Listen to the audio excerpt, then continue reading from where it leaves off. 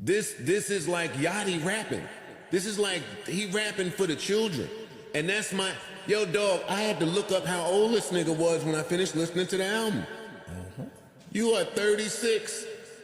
Your birthday is in 20 days. I Googled that too. You will be 37 years old. Get the away from some of these younger niggas and stop these 25-year-olds. Joe Budden, you failed at music. You left it behind to do what you're doing in this clip because this is what actually pays your bills. For any artist watching this, just remember you're watching a failure give their opinion on his idea of a recipe for success. A quitter give their opinion on how to achieve longevity. You switch careers because this the thing that popped into your brain, had you broke living check to check, and the raps you write had 450 men showing up to your shows in dusty and itchy jeans to screw up their face to Mew Music 29 and pretend you are the GOAT. Now, I think to call Joe Budden a failure in music is unfair. You know, Pump It Up is considered a commercial success. It peaked at number 38 on the Billboard Hot 100 and number 10 on the Billboard charts for rap songs. And having a hit is an accomplishment, even if you're a one-hit wonder.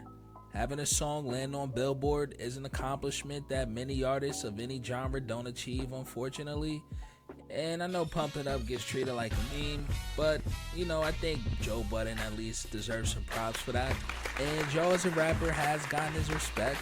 I doubt there would have been this Drake moment if he didn't. I can't be honest to your fans and say I'm honored to be around you. We're not honored to be around me. We all used to listen to you, so I don't need. You need to take. You need. Oh, you did? That's what you need. You need to learn how to take compliments. I think I take compliments. No, you well. don't take compliments, well. You think everybody bullshitting you. I'm That's jaded, the problem. right? You Yeah, I are, got this. man. I'm genuinely saying it's an honor to be around Joe Budden. It's the first time we've met. You know what I'm saying? Formally. But I'm not here to deride Joe Budden anyway, because I actually think he's wrong about the Drake album. I think topic-wise and sonically, the album is age-appropriate. Like, let's take the second single, 8 AM in Charlotte. You know, it has like a piano beat, which one could argue sounds like it could have dropped in the 90s. Even if Drake was to rap about his life and where he's at now, I mean, the dude is a multi-millionaire. How many people are actually relating to that? Like, if I was to think about what Drake's life is probably like, I would imagine it's what he talks about in a bunch of party songs and songs about women. Like, I feel like some people want Drake to rap about politics and the struggle over a bunch of boom bap beats. But anyway, aging in hip-hop, right? So, it's no denying that hip-hop is driven by the youth, but many say it's a youth culture. And I think it's probably because it's associated with pop music. And the youth definitely plays a part in what's popular, but I don't necessarily consider pop a culture or a genre. Pop to me is more like an umbrella that brings in a bunch of other subcultures and genres and packages things for like a wider audience.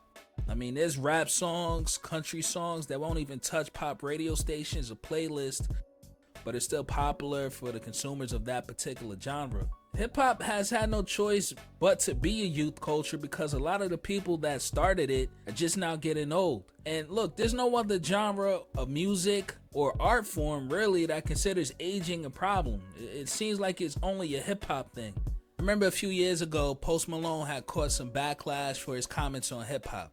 If you're looking for lyrics, if you're looking to cry, if you're looking to think about life, don't listen to hip-hop. There's great hip-hop songs where they talk about life and they spit that real. But right now, there's not a lot of people talking about real.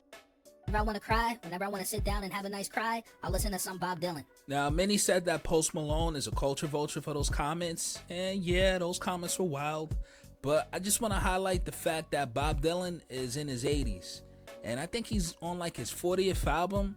Even if Post Malone, who's in his 20s, was referring to some of Bob Dylan's older songs, he's still giving props to an older artist who's still a current artist. Like, I'm not sure how many people are bumping some Bob Dylan in a nightclub, but it's still appreciated. And I think too often rappers get caught up in pressure to stay hot and relevant with constant hits. You know, I know someone like Drake is an anomaly because he's a certified pop star, so I can understand the pressure he might have. And I get it if an artist is aging and is still signed to a major label, but I think it's difficult to get mad at Post Malone's comments when so many rap artists get treated like they're disposable. And even if mainstream audiences aren't checking for Bob Dylan like that, I could imagine that people will still call him a legend. And that appreciation allows him to not have to rely on hits like that. Rappers get older and they're not dropping hits, they get called irrelevant or washed up or something like that. So It's easy to imagine how someone like Post Malone can have such a disposable attitude towards hip-hop. Post Malone did seem to acknowledge and allude to rappers like J. Cole and Kendrick Lamar, but he still associated hip-hop with what was current. And again, I think this happens because of the constant push of hip-hop to be pop music and having constant hits. So that's why I like Joe Budden bringing up the idea of aging in hip-hop, because it's not just rappers aging, but it's the genre and culture aging too. And what does that sound like? What should rappers rap about? Like, how should it sound? I'm not trying to hear a bunch of older rappers talk about being in a club and doing crimes, man. And I think Jay-Z and Nas and some other rappers of that era are setting good examples so far. And this trend needs to continue, in my opinion, not with just the rappers, but with the culture itself and possibly the sounds. And again, I don't agree with his take on Drake's album, but I will say that I think hip-hop should be disassociated from pop music in a sense of it not being seen as the same as pop music. Reports are saying that hip-hop sales are down, but the sound of pop music constantly changes. At one time, boy bands were the dominant sound in pop, so the decline might seem steep if folks are measuring no sales to what we think pop artists should sell. So yeah, anyways, that's it for now. I'm out.